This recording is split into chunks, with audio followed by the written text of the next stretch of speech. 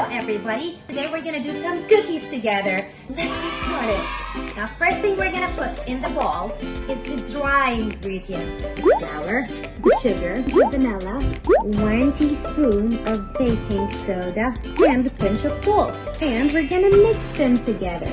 Now in another bowl, we're gonna mix the wet ingredients. First, butter, the egg. Now we're gonna mix both ingredients together.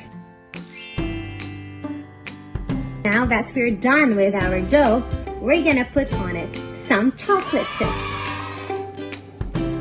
I hope you like this activity. I really can't wait to see your videos while you're doing your own doughs. Bye-bye!